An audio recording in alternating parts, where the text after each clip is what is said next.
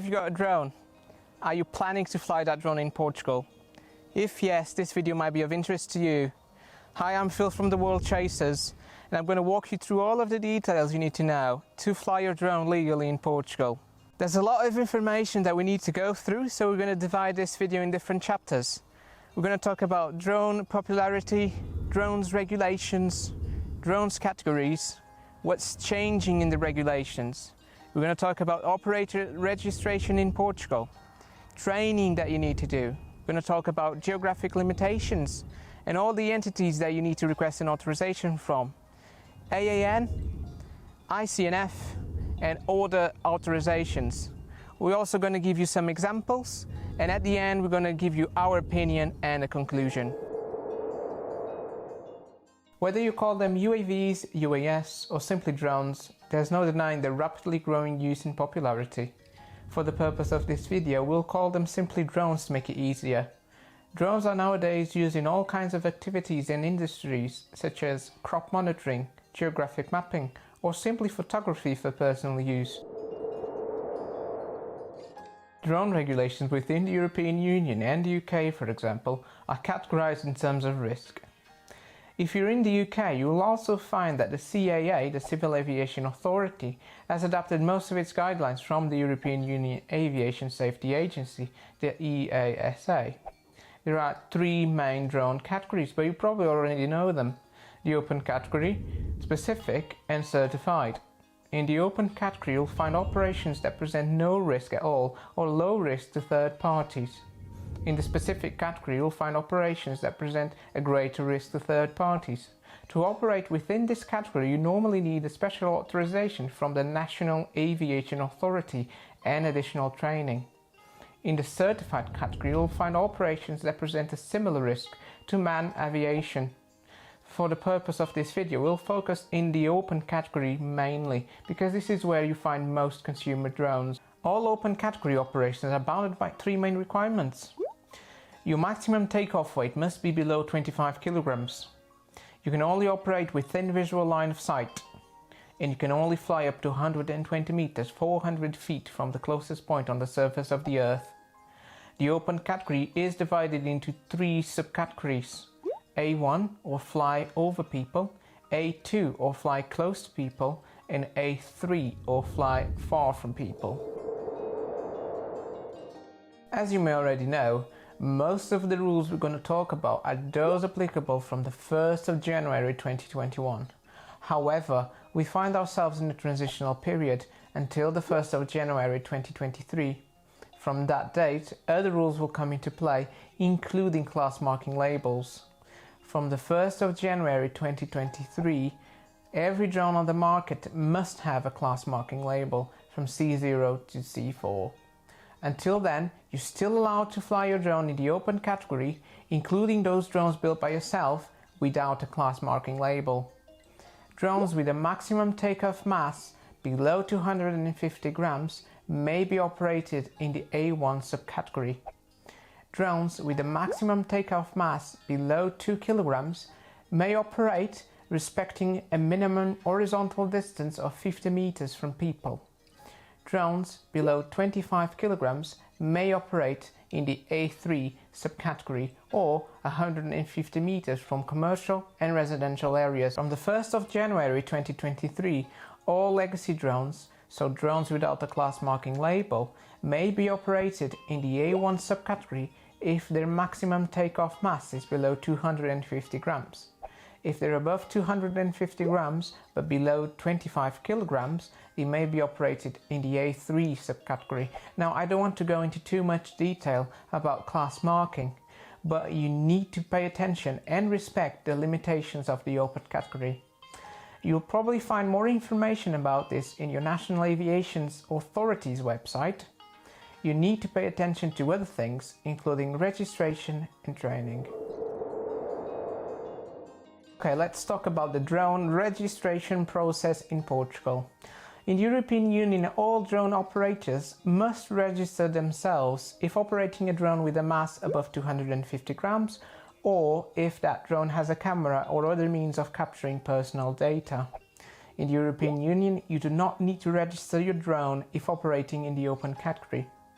If you take the example of the UK, with the CAA, you need to register yourself for an operator ID, so the person that manages the drone, and a flyer ID, the person that actually flies the drone.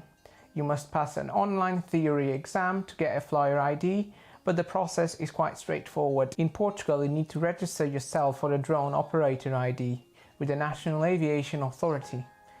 This is Autoridade Nacional de Aviação Civil, or ANAC. If you go into their website, which is anac.pt, on the left hand side you'll see UAS drones. On this new page, you scroll down till you see Registro Operador UAS, which means Drone Operator Registration UAS. Open that page, and then you'll see a link which is uas.anac.pt. This is the platform where you will be able to get a drone operator registration. If you open that page, it will take you into the platform and it will say welcome to the Portugal Drone Registry. You need to sign up in this page with your personal details, first name, last name, your email and a password, and then you will receive an email that you need to verify in your email account. Once you've done that, we'll come back to the platform. So I verified my email address and I've logged in back into the platform. So once you log in, if you go into operator, it should open this window, or you can always click new profile. So it should say operator registration. You just click get started. And then it should ask you if you want to register as a legal person, if you're flying professionally or for a company, or like me, I'm just flying for some photography, so for personal use, so I'll just register a natural person. It will then ask you where are you from, and from here you can choose 3 different options: Portugal, a third country operator, or a EU member state. If you click Portugal or a third country operator, it will take you to a page where it will ask you for a digital authentication key. So if you're Portuguese and you have a citizen card, you should have a digital authentication key with you. Obviously that won't work if you're from a third country operator. So I'm not too sure how this is going to work for someone coming from the UK, because you would normally click a third country operator, but then it will ask you for something that only a Portuguese citizen will have. So let's say you click EU member state, and then it will ask you to confirm those questions, and then from here it will ask you the subcategory, so A1, A2, A3, your first name, middle name, your date of birth, so pretty much your personal details, your address,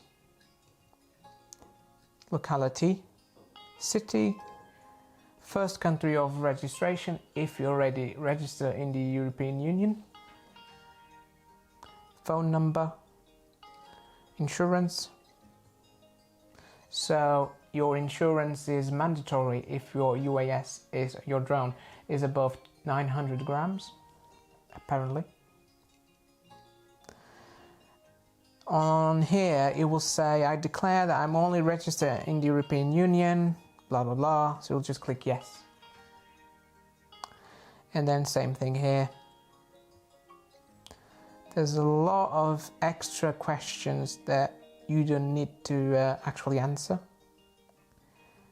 Main thing is address and your personal details, and insurance if you have one, if you need one.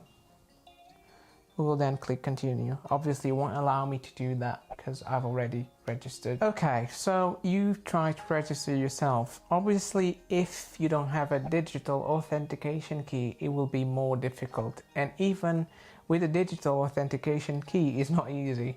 So I tried at least twice and it would say something like server error.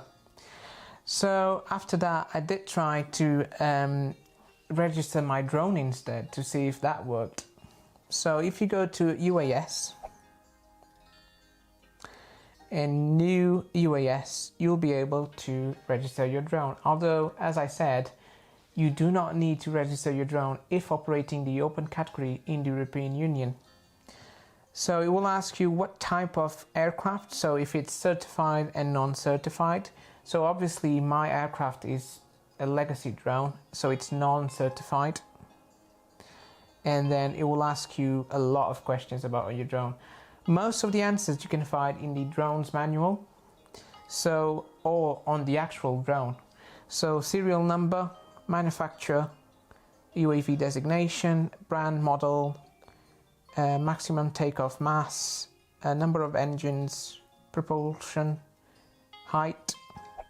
So a lot of questions, as I said, but it's quite easy to get your drone registered in the platform.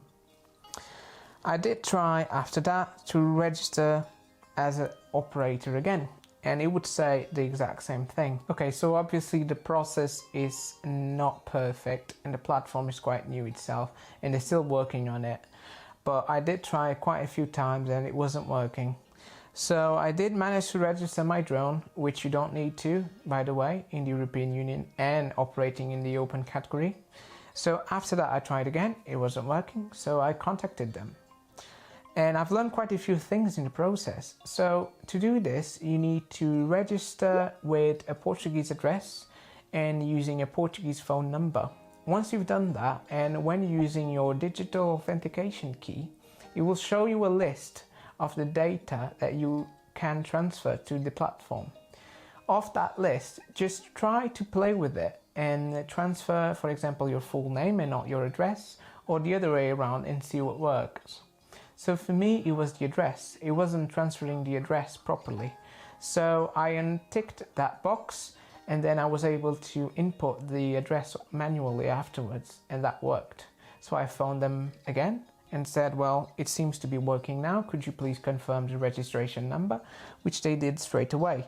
So now if I go into the same platform and operator, it shows my 2 attempts, I guess, and then a valid registration number.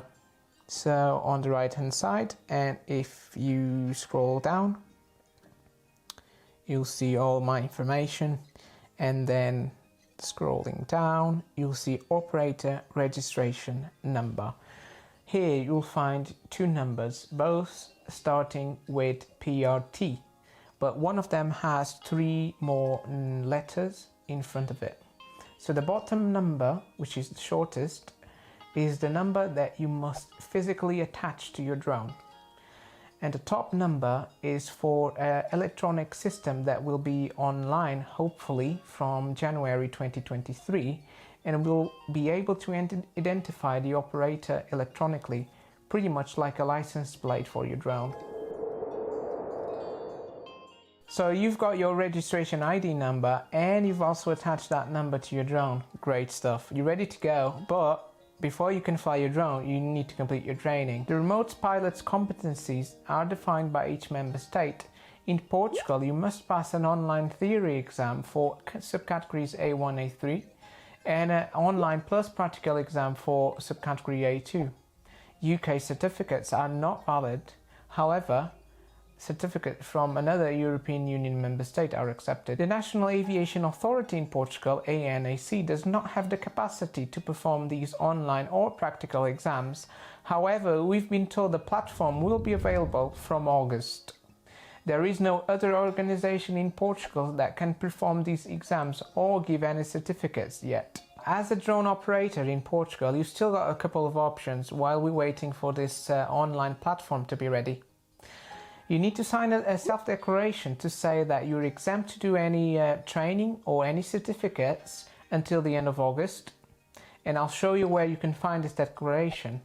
And you can also at the same time complete online training for the A1, A3 subcategories in the European Union. And I'll show you how. Let's start with the self-declaration. So we'll go back to the National Aviation Authority's website, anac.pt. And then if you scroll down to UAS drones, instead of going into the operator registration process again, you scroll further down here where it says Formulários. From here you'll have declarations for the open category and the specific category. You want the one on the left, which is the open category. And this is where you'll find the CIA 15 from 2021, which is right here. So all you need to do is print this form, sign it, put your personal details, and take the form with you wherever you go to fly your drone. You can use this form until the last day of August. While we're waiting for the platform to be ready, you can complete your A1, A3 training, and then once it's ready, you only need to do your A2 competencies and you're ready to go. So I'll show you where to find the training. If you search for Eurocontrol Training Zone A1, A3, this should be the first item that shows up on your Google search. This will open the trainingzone.eurocontrol.international, so ENT. The training is called UAS Remote Pilot Open Category A1 plus A3. I've done my A2 certificate of competencies in the UK, and I must say this training is quite similar to that and quite complete. It took me at least 2 to 3 hours to do it, and it's totally for free, so it's well worth your time. At the end, you will obtain a certificate for the A1, A3 competencies and subcategories. This certificate should be accepted by the Portuguese National Aviation Authority once that platform is ready. I couldn't put my PRT, so my drone operator ID from Portugal, into the system, so I just got a different number, but I don't see that as a problem. At least you've got your A1, A3 certificate and you're ready to go from that point of view. Right, so you've got your unique registration number for your drone attached to it. You've got your CIA number 15 2021 signed, dated and with you.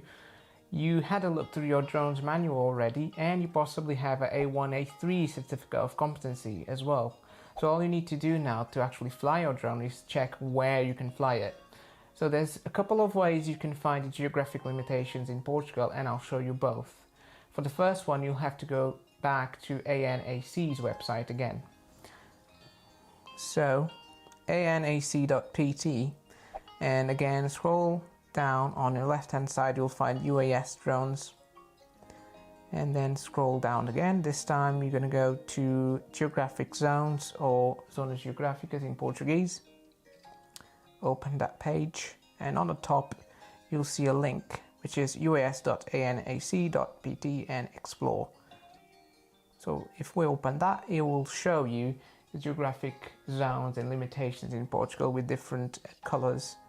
So you'll find that most likely the red areas are airports, and then if you click on any area, it will give you more details and any no tabs to aviation.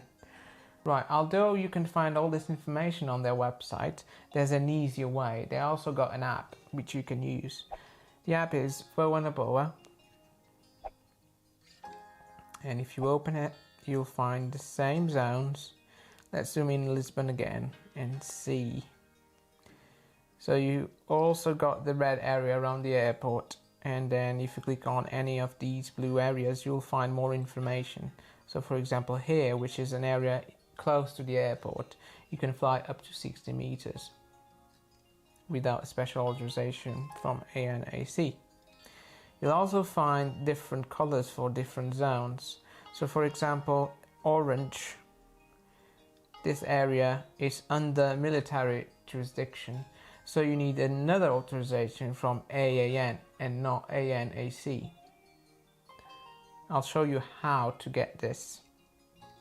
You also have the national parks, and here you'll need another authorization from a different entity, which is ICNF. Okay, so now you know a couple of options on where to find information about the geographic limitations in Portugal. I must also say that the app is really easy to use, so well done ANAC there. However, this is where things get a little bit more complicated, because you need to get an authorization from different entities depending on where you want to fly in Portugal. So ICNF is the entity that you need to contact if you plan to fly within a natural park or reserve. This will be different because they've got different entities in the Azores and Madeira Islands that overlook the nature and environment. AAN is the entity that you need to contact if you plan to fly within an area which is under military jurisdiction, or for every flight if your drone has a camera due to image copyrights. So you'll need to contact AAN for pretty much every flight. You also need to contact a local authority if you plan to fly on a beach or close to the coast. This will be a local maritime authority, which is in Portuguese Capitania Marítima, and this will be different depending on where along the coast you plan to fly. So you need to find a specific authority for your flight. Don't worry, we'll show you how to obtain these authorizations and all the information we have at the moment. So we'll walk you through all of that. Okay, so let's talk about AAN. AAN is the National Aviation Authority, and you pretty much need to obtain an authorization from them for every single flight if your drone has a camera, or if you want to fly in an area which is under military jurisdiction. So first of all, you need to go to their website and create an account. So let's jump into their website and then go to drones. And here in AAN.pt, you'll find a link to their platform, which is EAAN. So here, and then you'll go to their platform. So if you already have an account, you can sign in. If you don't, you can sign up. And then it will ask you a lot of information, including your nationality, your address, your email. After you do that, you'll receive an email. And then you've got two options. You can either confirm your identity using your digital authentication key if you have a Portuguese citizen card, which I've tried and it didn't work, so I had to use the second option, which is you'll receive a form through your email. You just have to sign it and then you have to post it to them.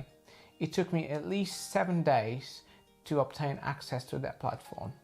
So then I'll show you how it looks once you've got access. So once you sign into your account, this is what you're going to see. So if you open these pages on your left hand side, you will have your personal information, so contact addresses. You can also put your insurance policy number and information here to make it easier once you import that information to the requests, and I'll show you how. And RPAs is pretty much your drone information. So you do not need to put that information here, as there is no specific platform where you must put that information yet.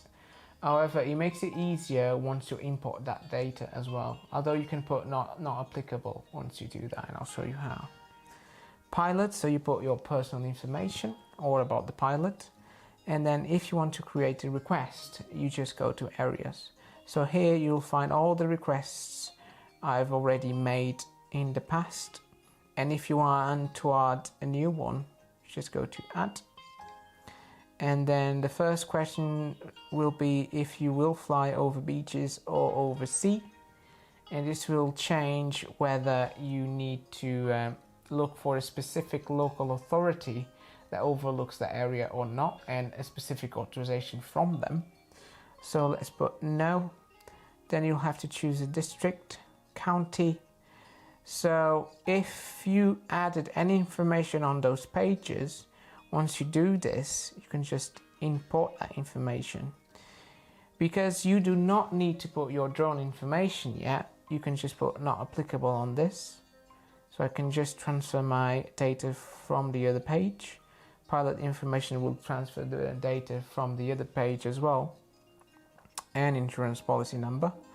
And then you will have to choose a date for your flight and a time period, which can be from sunrise to sunset or a specific time interval.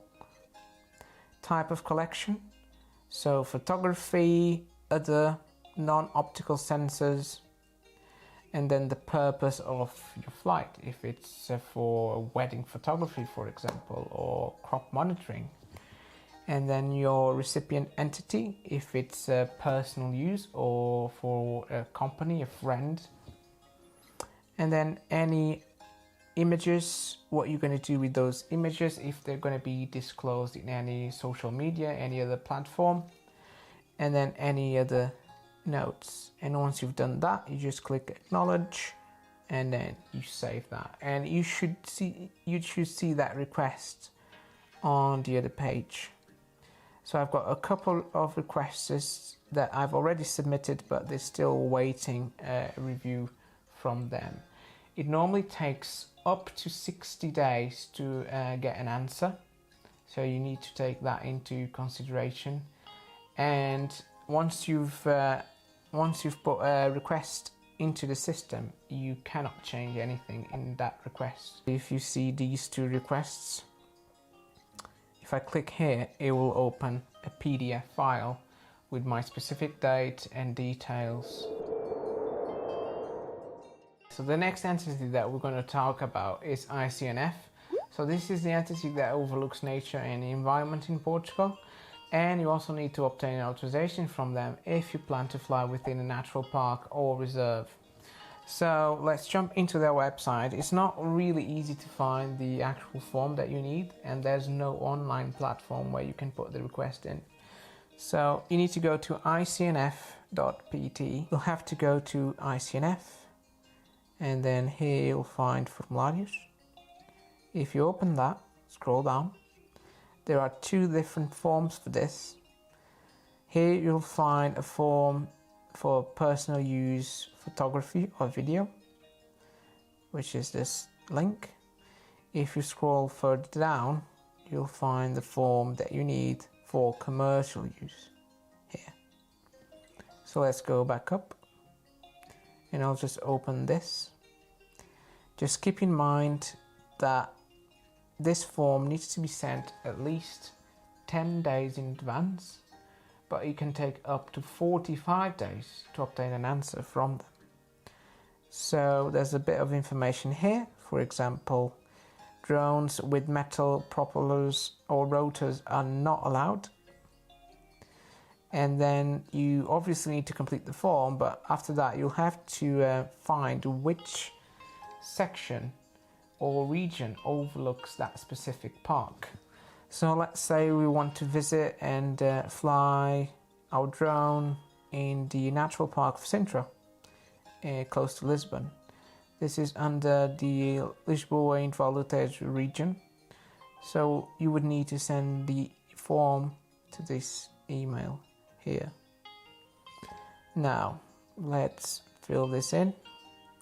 So the area of jurisdiction and the specific park would be Sintra, which is here. And then you need to identify yourself, so your name, your address. If you're Portuguese, you'll have a tax identification number, or you can always use your national insurance number if you're in the UK. Your email address. Not too sure about the website information, but I do have a website, so I just left that information there. And then your remote pilot's information, email address. This is the drone operator's ID, registration number, and then some information about your drone, including the weight. You have to put the purpose of the flight, and this is where it gets interesting, because you'll have to choose a specific date, a place, and you'll need to import coordinates for that place. You can obtain this from, let's say, Google Maps, so just copy and paste, and then choose a specific radius, so a circular route around that area, starting time and ending time. And you have got an example here. So date, place, coordinates, radius, and then starting, ending times. And this is it. Once you've done that, you'll have to send it to the specific region, that an entity that overlooks that area. and then wait 30 to 45 days to obtain an answer. You would expect things to get easier by now, but that's not the case. So if you're flying over a beach or close to the sea, you need to obtain an authorization from the National Maritime Authority and from a specific local authority, not from the national one. So to find this, you can go to amn.pt or just Google for Capitanias, which is the local authority's name in Portuguese. And then you will see a map of the different local authorities. So this is the north part of Portugal. Let's close that, or try to close it. And then you can choose center, south, and then Azores and Madeira regions. So let's say center part of Portugal. So here you'll see Lisbon. Let's say we want to go a bit further. Now let's go to Lisbon actually. And say you want to fly close to Cascais. You would choose that. And then it will tell you the email to that specific local authority. And it will also tell you a description for the area that is overlooked or supervised by that local authority. You can always, I wouldn't be too worried if you were to send an email to the wrong local authority. They will probably just tell you to contact a different authority if that region is not supervised by them. So all you need to do is pretty much contact them and say, on this specific date, I want to fly in this specific area at this time. However, I did try to contact them once and they requested the authorization, so the actual form, from AAN first. So I'm still waiting for that form, so I actually don't know what's going to happen. However, I've been told that that's all they need and you might need to pay a fee depending on the area you want to fly in. Also, keep in mind that you need to do this a few days at least in advance. According to ANAC's website, you need to contact the regional authorities if you plan to fly in a natural park or a protected area in the Azores or Madeira Islands. This is not ICNF, there are different regional authorities. In Madeira, you need to contact IPRAM. However, I couldn't find any specific form or platform online where you could input those requests. There is, however, a generic form that I found in their website that you can use for any visits to a protected area. I'll leave the link in the description below. For the Azores region, there is no platform or form anywhere I could find. However, I hope that if you contact them through email about this issue, or if you put your request through their email, you will obtain an answer. I know, there's a lot of authorizations involved in this. However, keep in mind that flying without a proper authorization might lead to hefty fines. It's 1,000 to 2,500 euros in case of negligence, and 2,000 to 4,000 euros if intentional. Also keep in mind that you might need to contact other entities or local authorities, such as museums or monuments, due to image copyrights. Now, I'll leave you some examples, and you can also find more case studies in ANAC's website. Now, let's give you some examples with all this information. Let's go back to ANAC's website. Zoom in the region around Lisbon, and let's say we want to fly our drone right here. So first of all, you need a registration ID number from ANAC, and you need to attach that number to your drone. In this particular area, we can operate within A1, A2 subcategories, but not A3. And that's because we're not 150 meters from the closest residential or commercial area. We would also need certificates of competency for those subcategories, so A1 and A2. However, till the end of August, we can just use CIA number 15 as long as it's signed and with you. You also need to keep in mind that you need to operate within the open categories limitation. So you need to operate in this area up to 120 meters, 400 feet. You need to keep a visual line of sight, so VLOS, and you cannot overfly assemblies of people, for example, in this particular area. On top of that, you need authorization from AAN due to image copyrights, not because you're in an area under military jurisdiction. And if you were to move closer to that red area here, which is a natural reserve, you would also need an authorization from ICNF. On top of that, because you're close to the sea, you need to check which one is the closest Capitania Marittima, so the local maritime authority, and you need authorization from them to fly in this region. Okay, let's give you another example using the app. Let's zoom in Lisbon. And then let's say you're somewhere close to the Belém Tower and you want to fly a drone. So you need to respect the same thing. So you need to obtain a drone operator ID number from ANAC. And you can only operate within A1, A2, not A3, due to the proximity to residential areas and commercial areas. And you need to maintain VLOS. And in this case, if you click in the blue area, it will tell you that you can only fly up to 60 meters, not 120, without a special authorization from ANAC. Due to image copyrights, you also need an authorization from AAN. And if you're flying over this monument, you need an authorization from the entity that supervises that monument. On top of that, because you're close to the sea, you also need an authorization from the closest maritime authority. So the Capitania must be close to Lisbon. And that's it. That's all you need. Hey, we're nearly finished now. I'll just give you our honest opinion on the whole process. I mean, good things, the app, it definitely makes your life easier. Bad things, everything else. Don't take me wrong, I do understand this is a transitional period and there's a lot of things that need to be built to accommodate these rules. However, I must also say that the process in the UK is so much easier. I'll give you an example. Let's say I want to fly somewhere close to the sea in a natural reserve. I would need at least 3 different authorizations from different entities. I would need to put this request in at least 30 to 45 days in advance, 60 days in some cases. It doesn't make any sense because any good drone operator knows that you can put those requests in and then on that date you arrive to that location, it's raining, it's windy, it's not safe and you need to cancel everything.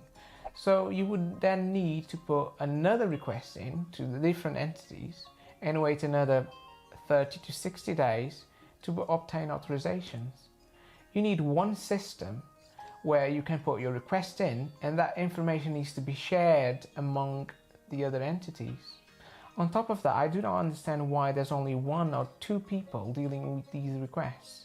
It takes so much time to get an authorization. And this is why, ladies and gentlemen, most people, tourists and locals alike, don't even bother to get the proper authorizations because it's too difficult. On top of that, considering drones' popularity, you would at least need more people dealing with these requests for a quicker response time. I mean, don't take me wrong, please do try to obtain these authorizations and fly safely at all times. Thanks for watching, I hope this video has helped you. Let us know in the comments below and subscribe to our channel if you like this video. I'll see you soon, stay safe.